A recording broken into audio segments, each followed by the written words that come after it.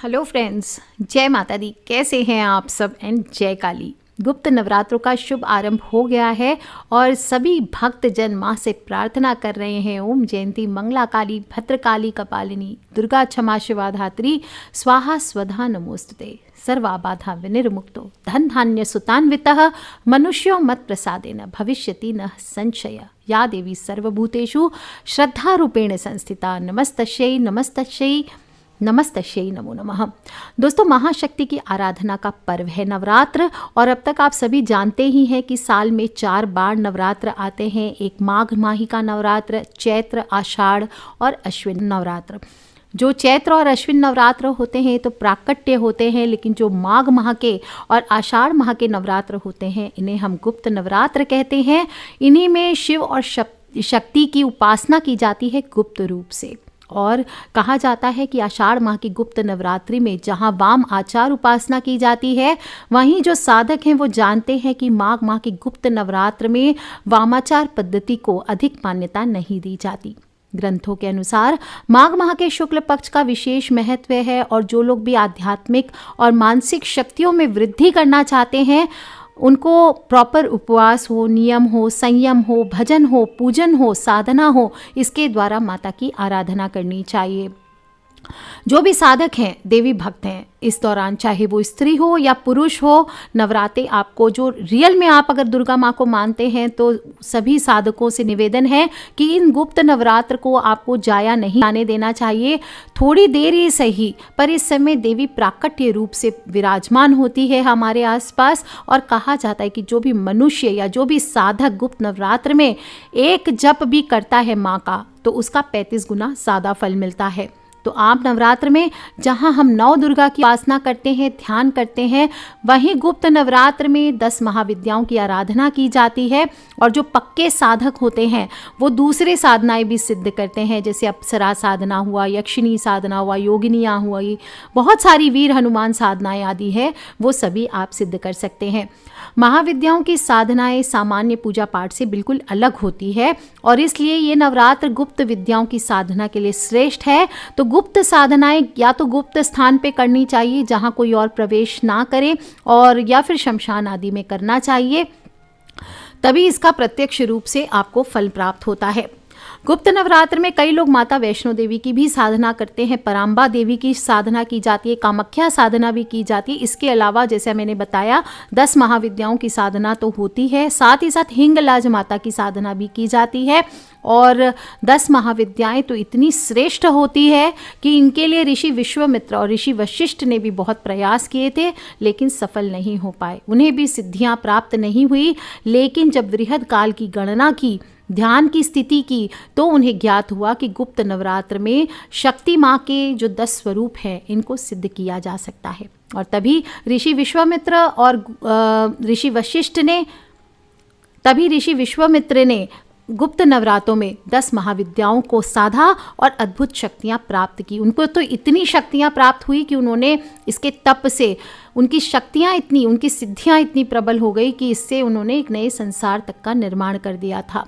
अब साधना करना है, लेकिन कैसे? उनकी साधना का फल इतना स्ट्रॉन्ग, हमारी साधना का फल मिले ना मिले, उल्टा असर पड़े, इसका क्या अर्थ हुआ? तो साधना करते वक्त आपको सही जानकारी ज़रूर होनी चाहिए। अगर योग्य गुरु ना भी हो तो प्रॉपर किसी के गाइडेंस में आपको उनको गुरु मान करके साधना अवश्य करनी चाहिए। और इन महाविद्याओं की साधना में अगर कोई गलती हो जाती है तो साधना जहाँ एक तरफ निष्फल होती है, साथ ही साथ इसके उल्टे प्रभाव भी पड़ते हैं। इसलिए हमेशा या तो कीजिए मत, नॉर्मल मंत्र जप कीजिए। इसलिए मैंने दूसरे वीडियोस में आप लोगों को समझाया कैसे सिंपल एक जो गृहस्थ पर्सन है वो किस प्रकार से आप जनरल काली माँ की साधना इस दौरान काली माँ के स्वरूप की, दुर्गा माँ के काली स्वरूप की कीजिए, सात्विक स्वरूप की कीजिए। ये साधनाएं आपको करनी चाहिए। माता की मुस्कुराती हुई मूर्ति रख के या सिर्फ यंत्र रख के मंत्रों का जप करना चाहिए, ये सर्वश्रेष्ठ होता है। और नहीं, जो सच्चे साधक हैं उन्हें पूर्ण रूप से समर्पित होकर बिना कोई गलती किए अपनी मनोकामना को सिद्ध करने के लिए आपको प्रयत्न करना चाहिए। यदि कारणवश आप स्वयं ना भी कर सकें, कुछ लोग कहते हैं मैम पंडित जी को संकल्प देके करा लेंगे, ये अक्सर बहुत सारे प्रश्न आ रहे हैं। तो आपको बता दूं, गुप्त नवरात्र की साधना किसी पंडित द्वारा नहीं करवाई जाती, इस बात का आप ध्यान रखें। या तो आप स्वयं करेंगे या फिर कोई सच्चा साधक हो। ये बात का ध्यान रखें, जो सच्चा साधक हो और आपसे उच्च कुल का गुरु हो, उसी के द्वारा आपको साधना संकल्प दे करके करानी चाहिए। और अंत में आपको उसका प्रसाद और उसका जो भी यंत्र आदि है वो जरूर सिद्धि किया हुआ प्राप्त करना चाहिए। नवरात्र कहा जाता है नवरात्रि, यानी संपूर्ण नवरात्रि, 9 रात्रियों की पूजा साधना का विधान आता है। लेकिन ऐसा नहीं है कि लोग अगर 9 दिन ना कर सके तो साधना नहीं कर सकते। गुप्त नवरात्र में आपको ये फायदा होता है कि अगर आप सामर्थ्यवान ना हो तो आप सिर्फ 1 दिन भी व्रत कर सकते, 3 दिन व्रत कर सकते हैं, 5 दिन कर सकते हैं और 7 दिन भी व्रत कर सकते हैं। जो साधक होते हैं उन्हें व्रत ज़रूर करना चाहिए। व्रत कैसे करेंगे? एक तो होता है सिर्फ आप जलीय कर सकते हैं, और या फिर आप फलीय व्रत कर सकते हैं सिर्फ फ्रूट्स लेकर के, फ्रूट्स जूस आदि दे करके। दूसरा तरीका होता है अगर आप नहीं रह सकते तो एक समय आप भोजन करें और सात्विक भोजन करें। आप जो भी नॉर्मल आप रोज में खाना खाते हैं लेकिन सात्विक होना चाहिए, और दिन में आप दिन भर फ्रूट्स आदि लेकर के आप निकाल सकते हैं। इस बात का ध्यान रखें। पहले दिन से आपको साधना आरंभ करनी चाहिए। कई लोग क्या होता है 3 दिन शुरू के 3 दिन कोई समस्या है तो आप चौथे दिन से भी साधना स्थापित कर सकते हैं, और जो लोग अगर समझ लीजिए 3 दिन की ही करना चाहते हैं वो चौथ को पूर्ण भी कर सकते हैं साधना। इसी प्रकार से 7वें दिन भी साधना को शुरू या पूर्ण किया जा सकता है। और इसी प्रकार से आप 9वीं तिथि, सिर्फ 1 दिवसीय जो साधना करना चाहते हैं वो अष्टमी तिथि को करेंगे, बाकी आप 2-3 दिन की साधना भी कर सकते हैं। और दूसरा ये चीज़ ध्यान रखना चाहिए, सिर्फ और जो लोग भी साधना में बैठ चुके हैं उनको ये ध्यान रखना है, कुछ ऐसे काम हैं जो वर्जित बताए गए हैं वो आप भूल से भी ना करें, नहीं तो आपकी सारी पूजा पाठ व्यर्थ हो जाएगी, आपको पूजा का फल नहीं मिलेगा। कौन कौन से काम हैं? सबसे पहले नींद की बात करते हैं, क्योंकि दिन की शुरुआत हमारी सोने से शुरू होती है।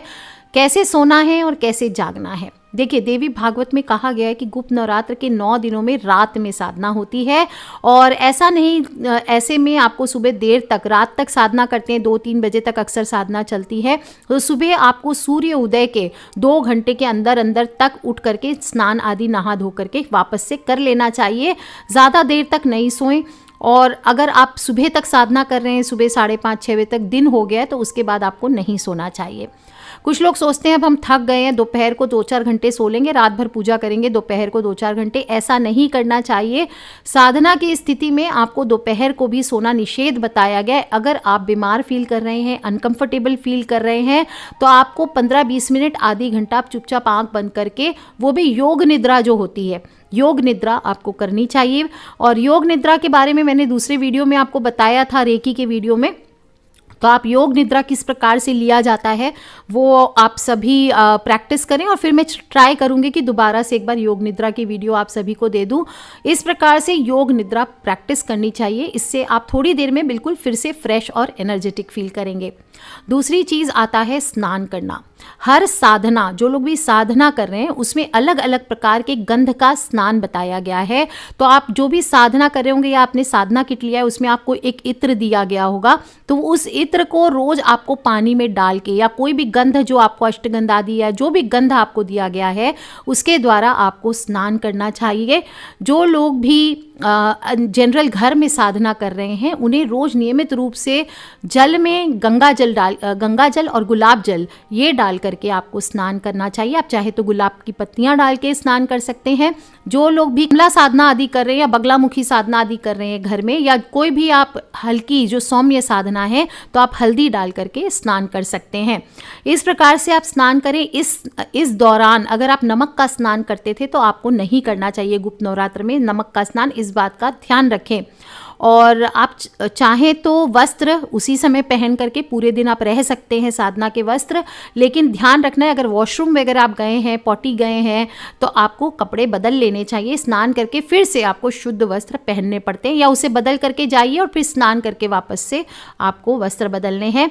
और या फिर आप 2-3 वस्त्र, साधना के 9 दिन आप चाहे तो सेम वस्त्र पहनिए, या फिर आप 2-3 वस्त्र रख सकते हैं, लेकिन आप धो के उसको फिर सुखा लीजिए, फिर वापस से रिपीट कर लीजिए। इस प्रकार भी आपको करना चाहिए। अब बात आती है शेविंग वगैरह की। जो पुरुष हैं वो ना तो शेव करेंगे, मैंने पहले ही अनाउंस कर दिया था कि जो लोग भी साधना में बैठ रहे हैं उन सभी को हेयर वॉश पहले दिन कर लेना है। 10वें दिन तक इसके बाद हेयर वॉश नहीं होता है। हवन करने के बाद भी, जब व्रत का पारण हो जाएगा आपका, उसके बाद में भी आपको अगले दिन, सेम डे आप हेयर वॉश नहीं करेंगे, उसके अगले दिन यानी 11वें दिन आप हेयर वॉश कर सकते हैं। और वही चीज़ लागू होती है पुरुषों के शेविंग और ये सब चीज़ों पे, हेयर कट आदि पे। नाखून काटने पे भी यही नियम लागू होगा। जो लोग साधना के पहले कट कर लेंगे, गुप्त नवरात्र में ये काम नहीं करने चाहिए। अपना काम स्वयं करें, अपने बर्तन खुद धोएं, अपने कपड़े खुद धोएं। और घर में चीज़ें, जब आप साधना कर रहे हैं जिस स्थान पे जब साधना में बैठेंगे उसके पहले, भले आपका एक छोटा सा ही कमरा हो लेकिन उसे आप ट्राई करें कि अरेंज करके रखें। आपको वहाँ बिखेर करके नहीं रखना चाहिए, वरना ये ठीक नहीं होता है। अस्वच्छ वस्त्र पहन करके, कोई भी लोग सोचते हैं चलो सामान पकड़ाने चले जाए, जो साधना की जगह हो, स्थिति हो, वहाँ पे अस्वस्थ अवस्था में आपको प्रवेश नहीं करना चाहिए। यदि इंद्र भी हो तो कहा जाता है लक्ष्मी माता उस स्थान को छोड़ करके चली जाती है। इस दौरान जो भी साधना में बैठे हैं, काली माँ की साधना कर रहे हैं, देखिए अलग अलग साधनाओं में अलग वस्त्र का विधान आता है। जो काली साधना है उसमें काले वस्त्रों का विधान आता है। इसके अलावा किसी को भी काले कपड़े नहीं पहनने चाहिए। चमड़े की चीज़ें हो, बेल्ट हो, चप्पल जूते हो, बैग्स, पर्स आदि हो, ये अगर आप यूज़ करते हैं तो साधना के दौरान इन चीज़ों को आपको यूज़ नहीं करना है, टच भी नहीं करना है, इस बात का ध्यान रखें। बाकी सभी लोग लाल वस्त्र पहने, सुंदर ऑरेंज कलर के वस्त्र पहने, गुलाबी पहने, पीले पहने। जो लक्ष्मी माँ की साधना कर रहे हैं, जो धूमावती माँ की साधना कर रहे हैं, वो लोग सफ़ेद वस्त्र धारण कर सकते हैं। और लाल रंग का तिलक, कुमकुम का तिलक हर समय आपके माथे पे होना चाहिए, इस बात का ध्यान रखें। लाल कपड़े से क्या होता है, ऊर्जा भी प्राप्त होती है। अच्छा, इस दौरान अब ये हो गया स्नान का, सोने का। तो भोजन की बात आती है, तो भोजन आपको 9 दिनों तक नॉनवेज बिल्कुल नहीं खाना है। जो भी व्यक्ति व्रत रखता है उसको 9 दिनों तक, अगर आप व्रत रख रहे हैं, एक समय भोजन भी कर रहे हैं अनाज का, तो आपको प्याज, लहसुन आदि का प्रयोग नहीं करना चाहिए और नींबू नहीं काटना है, इस बात का ध्यान रखें। खाने में अनाज और नमक, जो लोग फलाहार कर रहे हैं वो अनाज और नमक का सेवन नहीं करेंगे। आप चाहें तो कुट्टू के आटे की पूरियाँ हुई, समा के चावल हुए, सिंघाड़े का आटा, साबूदाना, सेंधा नमक, फल, आलू, मेवा, मूंगफली, ये आप खा सकते हैं। कुछ लोग पूरे पूरे दिन साधक, बहुत पक्के साधक होते हैं, वो एकदम जम के साधना करते, पूजा करते, सब करते, पर उनका मुंह देखो हमेशा भरा रहता है। क्या चीज़ से? तंबाकू से, वो क्या होता है ना, पान पराग, जर्दा, ये सब चीज़ से। ऐसा नहीं, वो सोचते हैं हम कुछ नहीं खा रहे हैं तो मुंह में लेके घुमा के थूक दे रहे हैं। पर आपको बता दूं, वो लार भी अंदर नहीं जानी चाहिए, इस बात का बहुत बहुत साधना में ध्यान रखना चाहिए। और कुछ लोग क्या करते हैं कि भाई ये देवी को भी पूज लिया। अक्सर प्रश्न आ रहे हैं कि मैम 10 महाविद्या है तो कौन से दिन कौन से महाविद्या की करनी है। ऐसा नहीं करना है आपको, मैंने पहले भी समझाया है कि जो भी एक देवी होंगी 10 महाविद्या में, या कोई भी अप्सरा साधना या कोई भी साधना आप कर रहे हैं, तो सिर्फ एक देवी की पूजा पूरे 10 दिन तक होगी। आपको देवी रोज रोज चेंज नहीं करनी है और एक साथ आपको अपने पाटिये पर 2 या 3 देवियां नहीं रखनी है, सिर्फ एक ही देवी की साधना करें, इस बात का आप ध्यान रखें। जो लोग भी कलश स्थापना करेंगे उनको ध्यान रखना है, घर को खाली नहीं छोड़ना है। अगर आप जाएंगे भी तो गणेश जी को संभला के घर जाइए, क्योंकि छोटे परिवार है। वैसे तो स्कूल्स वापस सारे बंद हैं कोरोना की वजह से, फिर भी अगर आप जाते हैं तो आप किसी भी मजबूरी में, तो आप गणेश जी को संभला के या किसी को बिठा के घर में, साधना का कमरा खाली नहीं छोड़ा जाएगा, इस बात का आप ध्यान रखें। और 9 दिनों तक लगातार आपकी ज्योति प्रज्वलित रहनी चाहिए। पूजा के दौरान आपको एक चीज़ का और ध्यान रखना चाहिए, जो स्त्रियां मासिक धर्म हो जाती है, गुप्त नवरात्र हो चाहे कोई भी नवरात्र हो, उसमें पूजा नहीं किया जाता। जो लोग भी पूजा करेंगे, सात्विक पूजा करेंगे, वो बिल्कुल नहीं करेंगे। लेकिन जो रात्रि की साधना कर रहे हैं, 10 महाविद्या की साधना कर रहे हैं, साधना बीच में नहीं छूटेगी।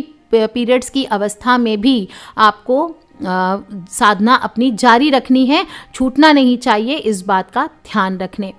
कोई भी जीव जंतु हो, कोई भी गाय, कुत्ता, कौवा, कोई भी कीड़े मकोड़े, इस दौरान आपसे जीव हत्या ना हो, इस बात का आप ध्यान रखें।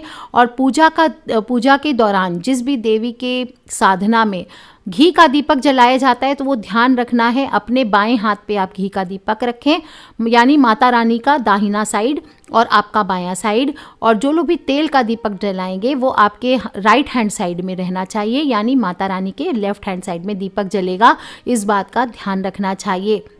और जब भी चंदन आदि लगाएंगे देवी को, आप सभी को ये ध्यान रखना है रिंग फिंगर से, यानी कि अनामिका उंगली से आपको चंदन लगाना चाहिए। इसके अलावा दूसरी उंगली का प्रयोग गलती से भी ना करें, नहीं तो ये बहुत कठिन खराब माना जाता है, ये बात का ध्यान रखना चाहिए। कुछ लोगों की आदत होती है देवी के फॉरहेड पे सिंदूर लगाया, उसी उंगली से अपने माथे पे लगा लिया, ऐसा आपको भूल से भी नहीं करना चाहिए।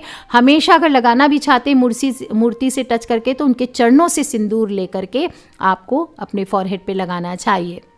अब जब लास्ट में करेंगे तो कई लोग क्या करते हैं, आरती नहीं करते। भले आप आरती गाएं या ना गाएं, आपको ध्यान रखना चाहिए आरती ज़रूर उतारनी चाहिए। इससे कहते हैं भगवान का हम कष्ट हल्का करते हैं। इसलिए आरती के ऊपर मैंने लास्ट 2-3 दिन पहले मैंने बताया भी था डिटेल में कि इस बार आप जितनी भी पूजा करेंगे और कुछ करें ना करें, आपको ये ध्यान रखना चाहिए कि आपको आरती ज़रूर उतारनी है, और इससे भगवान के कष्ट हल्के होते हैं, ये आपको ध्यान रखना चाहिए। और आरती जो जलाएंगे या कोई भी चीज़, जैसे हमने क्या किया, एक दीपक जला लिया, उसी दीपक से सब लोग क्या करते हैं, माचिस और ना जलानी पड़े, इस चलते एक ही दीपक से बाती हुई, दूसरे जो आरती का दिया हुआ, धूप हुआ, अगरबत्ती हुई, उसी से जलाते चले जाते हैं। ऐसा ना करें, एक से दूसरी जोत आपको नहीं लेनी चाहिए। खाली जो अखंड जोत रखेंगे वो लोग ऐसा काम कर सकते हैं कि उस जोत से आप दूसरी जोत लेके रखें और दीपक को साफ करें, तो आप यूज़ कर सकते हैं। यदि इस नवरात्र पर आप अखंड ज्योत जला रहे हैं, कलश स्थापना कर रहे हैं, तो आपको ध्यान रखना चाहिए अखंड ज्योत का संकल्प लेने से पहले ये जान लें कि अखंड ज्योत खंडित नहीं होनी चाहिए। ये बहुत बहुत अशुभ माना जाता है और उल्टा परेशानियों का सामना करना पड़ सकता है। और अखंड ज्योत जितने दिन जलेगी ये ध्यान रखना चाहिए, घी या तेल पहले ही उतनी मंगा के रखें। बीच में ये नहीं कि घी खत्म हो गया, तेल खत्म हो गया, बाती लंबी रखे, 1.25 हाथ की बाती। मैंने सब सिखाया आप लोगों को। नवरात्र स्थापना विधि में आप देख सकते हैं किस प्रकार से बाती बनानी होती है 9 दिन की, वो भी मैंने सिखाया है, वो आप देख करके इसी प्रकार से अखंड ज्योत आपको रखनी चाहिए। और किसी एक व्यक्ति की जिम्मेदारी होनी चाहिए अखंड ज्योत की। अगर बहुत लोग घर में फास्टिंग कर रहे हैं या जैसे वाइफ है उसकी हेल्प करने के लिए हस्बैंड अखंड ज्योत रखते हैं, तो ध्यान रखना चाहिए एक ही आदमी उस अखंड ज्योत को मेंटेन करे। ऐसा नहीं कि कभी आप कर रहे हैं, कभी वो कर रहे हैं, कभी आप कर रहे हैं। एक जन की जिम्मेदारी होनी चाहिए अखंड ज्योत, ये बात का ध्यान रखें।